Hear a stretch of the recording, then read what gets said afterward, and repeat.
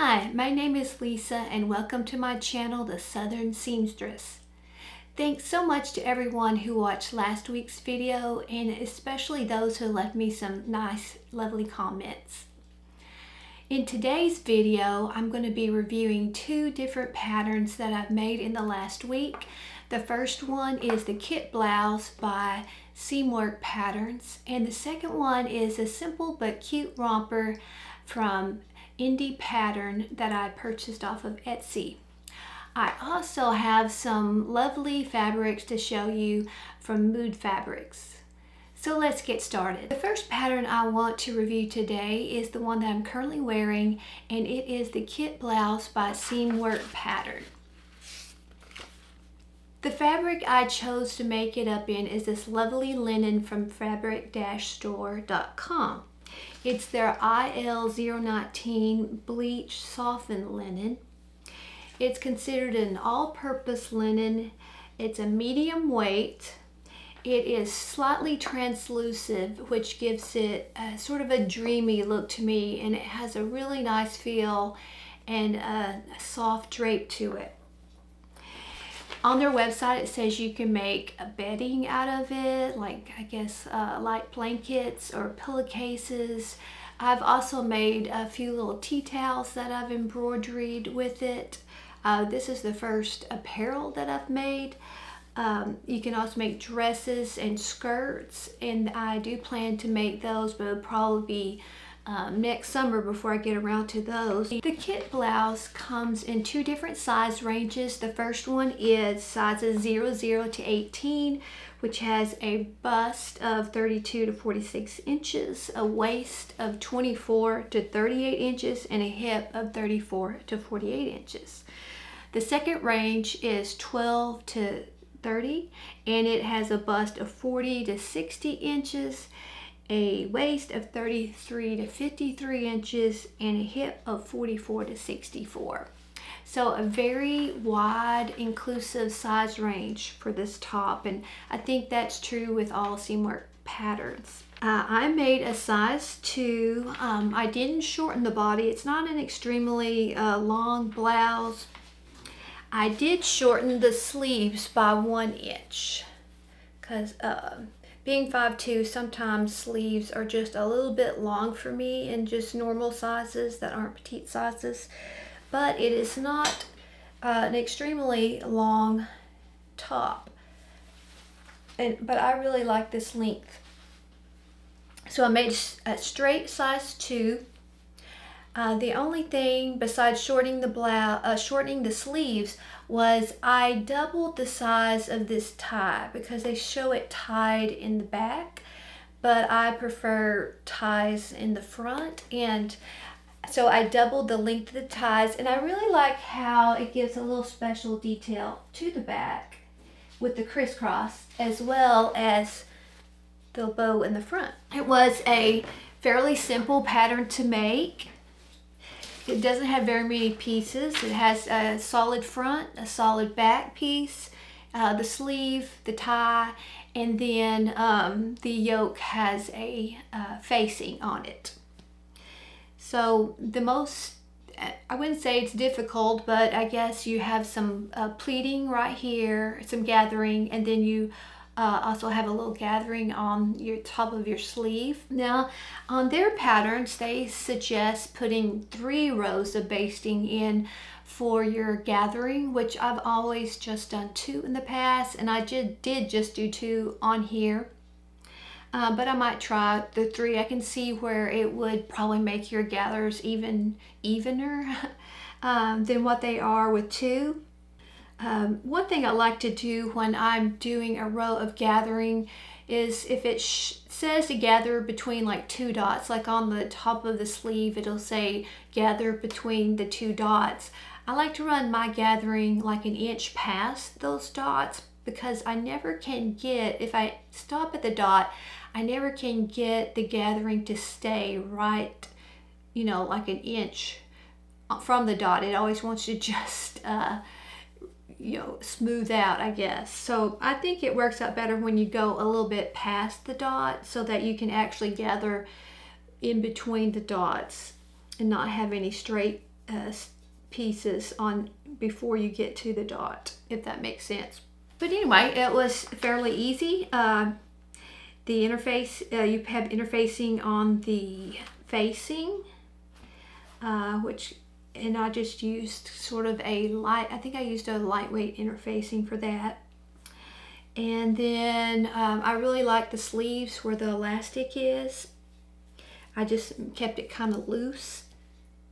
So all in all, I think it's a fairly easy pattern to make. I do plan to make it again in the future, and I think it looks really well in this ivory. Before I get to my next pattern review, I'd like to show you some fabrics I got from Mood Fabric that I actually got them back in June, but I haven't made anything with them so far. So I thought I'd share them before I get them cut up. Now you'll notice that all these have a theme, and that's that they contain sort of pinkish colors. And back in June they ran a sale, I think they called it the pink sale, and every fabric they had that had a pink tone to it, or pink print, pink solid, I think it was like 20% off. So I do like pinks, so I think I have about 5 fabrics to show you. The first one is this lovely fabric, and it is called Pink, Gray, and Goldenrod Impressionist Floral. It is a stretch rayon jersey, so it's fairly thin. It's very, very stretchy in both directions. It's got 5% spandex, 95% rayon. And I already had a pattern in mind when I got this, and it is the, let me pull it up, this Lori pleated tee by Named Fabrics. Now you can tell by the picture that it's a t-shirt, but it looks like it would require and be made up well in a thinner fabric. The model looks like the fabric that her t-shirt's made out of is fairly thin, even like a little translucent. So I'm hoping that this fabric will be thin enough and drapey enough to do really well in this pattern. So this is one thing I'll be making this week. And on the back of the pattern, the pleats are only on the front. On the back of the pattern is just a straight t-shirt. So I'm sure if you like the pattern, and you could also just leave the pleats out and use it for just a plain t-shirt. The next fabric I have to show you is this lovely pink floral. It's called Tilted Pink Orchids and Lily White Printed Stretch Linen, and it has a rayon blend. It's 55% linen, 42% rayon, and 3% elastane. Now this is still available, I looked, and the first one I showed you is still available. Now I wasn't sure how this was going to feel. It is, I would say, like a medium thickness. It's not really see-through, but it does have a stretch along the grain line. So the opposite the grain line, it doesn't have a stretch. I got 1.5 yards, and I know some of the reviewers said that they had made tops out of it, but I'm thinking that I will probably make a skirt, maybe a straighter type skirt. When I was reading the reviews for this, one lady commented that she really liked how the selvage edge, she called it a tassel edge, and that she was going to use this kind of fringy edge like on the bottom of her top. So I was wondering if any of you watching have bought fabric like this and did that, because you know, I've seen ready-to-wear garments that have a little fringy border. The only thing about, I'm not sure how it would work if I did it with the skirt because of the stretch. You would usually make your skirt, you know, vertically with your grain line, and the grain line, and if I did that, if I did use the fringe for the bottom, I'd have to do it the opposite way, and I would have to run it across the grain line would be running across, and that is the part that doesn't have the stretch in it. So I don't know how the stretch would affect in a skirt, like in the seat area, if it would stretch out, if it wouldn't stretch out. So I'm just not sure about that, or so I may not be using that little fringe part for any decorative edge. But let me know if you have. I think these colors are so pretty. I love pretty much all pinks, except that I don't wear pastel pinks because I just feel really washed out in pastels. The next fabric I want to show you is very similar to the last one, and I didn't really realize how similar, but the fabric type is different, and it's this one, and it is 100% linen. It's a little bit thinner than the previous one, and it's called Tilted Pink Orchids and White Alyssum. Now this fabric is still available on their website. And I misspoke a while ago. I said that this was still available, but it is actually out of stock. But the rest of them I'm showing you are available still. Now, I only bought 1.5 yards of this because I was planning on making like a nice floaty, pretty blouse, you know, maybe something similar to what I have on. But I didn't really realize, I knew the print was large, but I didn't really realize it was this large. So I'm thinking that might be kind of overwhelming because I'm a petite person. So I think it would make a beautiful dress. The only problem I'm going to have though is that I only have 1.5 yards. So I started thinking about and looking at dress patterns that were fairly straight. They didn't take a lot of yardage. I also wanted one that kind of had a solid front, kind of like the shirt, because I didn't want the pattern broken up with zipper or buttons or even pleats. So I noticed that when this kit top came out, I saw announced on Instagram that they also had it in a dress version. And the dress version may just be for their members. And I just happened to have bought a membership a few months ago because they have a lot of patterns on their website.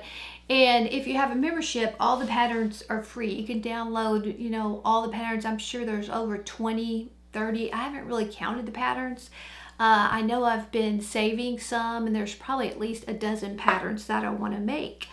And some of the patterns have little bonus parts to them where they extended the shirt into a dress, or they've given you different necklines or different sleeve options. So on this certain one, on the kit one, they have a dress version where they just extend the bodice all the way down, and I will pop that up on the screen so you can get an idea. But I think that one in my size will take pretty much exactly 1.5 yards.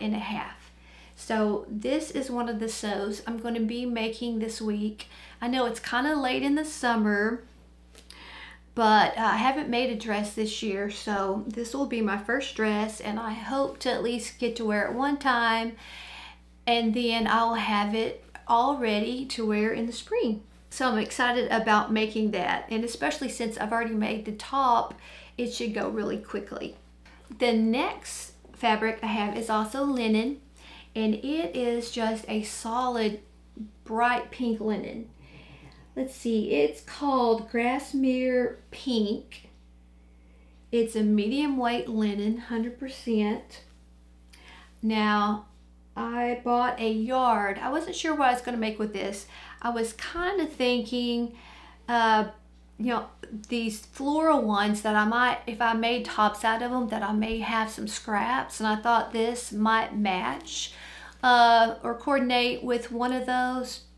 and then I could use the scraps of the floral and put it with this to trim it out for a cute top. But I think if I make this dress, I'm not going to really have any scraps, and it's not the same weight as the other one, so I think that just may not work. But anyway, it's a lovely bright pink. I think it's really flattering for a lot of skin tones. It kind of just gives you some color in your face. I don't have the exact pattern selected for this, and I won't be making it until the spring, so I'll have like all fall and winter to be checking out patterns. But it will probably just be, since I only have a yard, a simple sleeveless top. But anyway, that will look really nice for next spring. This fabric is called Minerva Heathered Wild Aster. It's a lightweight linen chamois. I think they call it a chamois because it's got the white threading also running through it. Anyway, I have 2 yards of it, and I'm thinking that I will probably be making some type of shirt dress with it, or a dress. It's got a nice drape to it. It's really soft, and I think that will look really pretty in the spring. So that will be one of my spring projects, and this fabric is still available on their website, Mood's website. Now it's slightly wrinkled. I did wash all my fabrics twice and put them in the dryer on low just to get any shrinkage out of them. Once I make the garments, I will probably still wash them on delicate in my machine, but then I'll let them air dry. I won't put them in the dryer anymore. So that's all the fabrics that I have from Mood. Next, I'd like to give a review of a cute little romper pattern from Indie Pattern, which is off of Etsy. But before I get started, I'm going to go change into it so you can get a better idea of how it looks. So now I'm back wearing my romper from Indie Pattern that I purchased from Etsy, off of Etsy.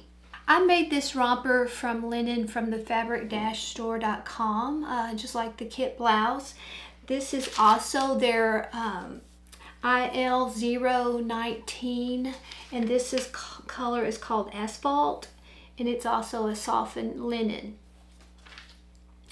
This romper pattern is very simple.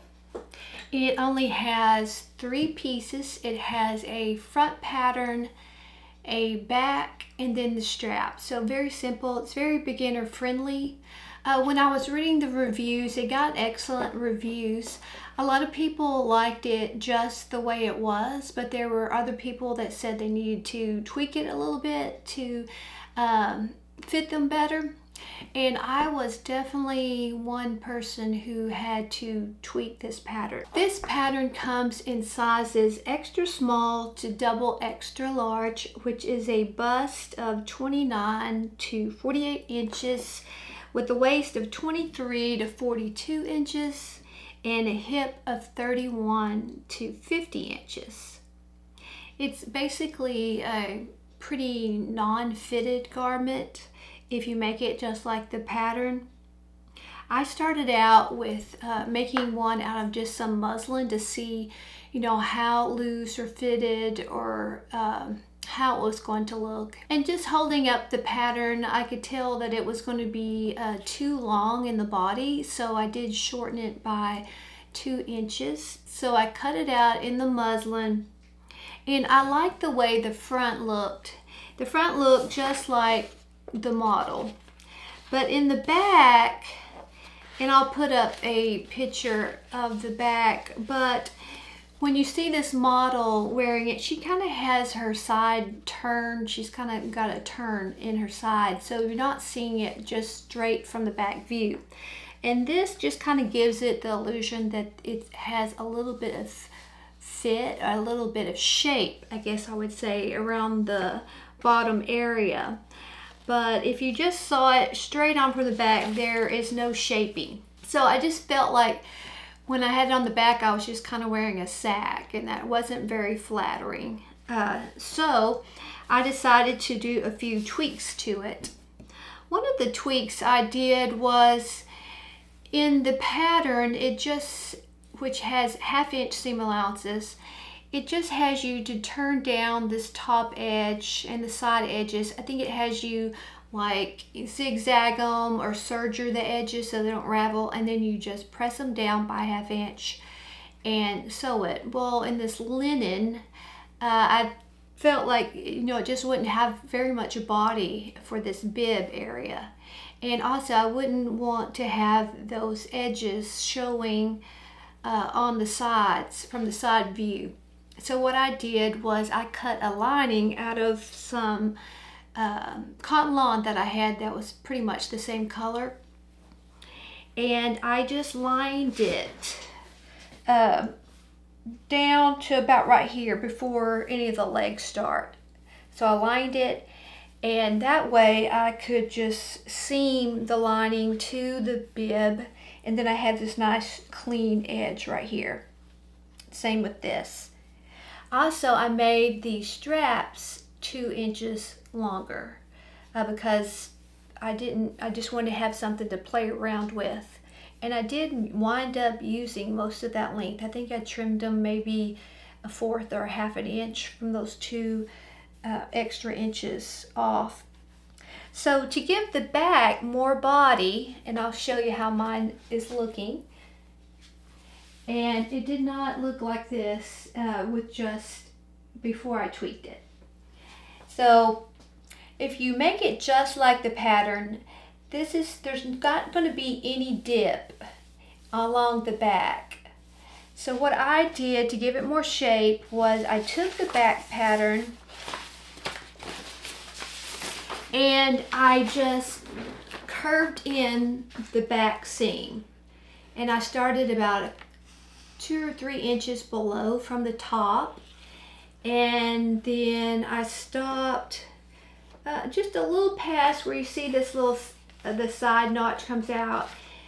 But before you get to the stride area, I stopped. So I just made a nice kind of half oval, I guess. And then this deepest part goes out about almost an inch, I guess, about halfway.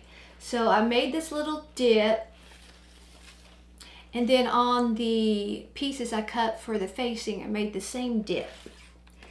And I just kept playing around with it, but I think it turned out, and my husband said he liked it. And if he didn't, he would tell me if it was not flattering. But so now it's got a little shape, but I can still get it on, you know, plenty good. And the other thing I was going to do, but I forgot, I was going to take in this little area just a little bit, but I forgot.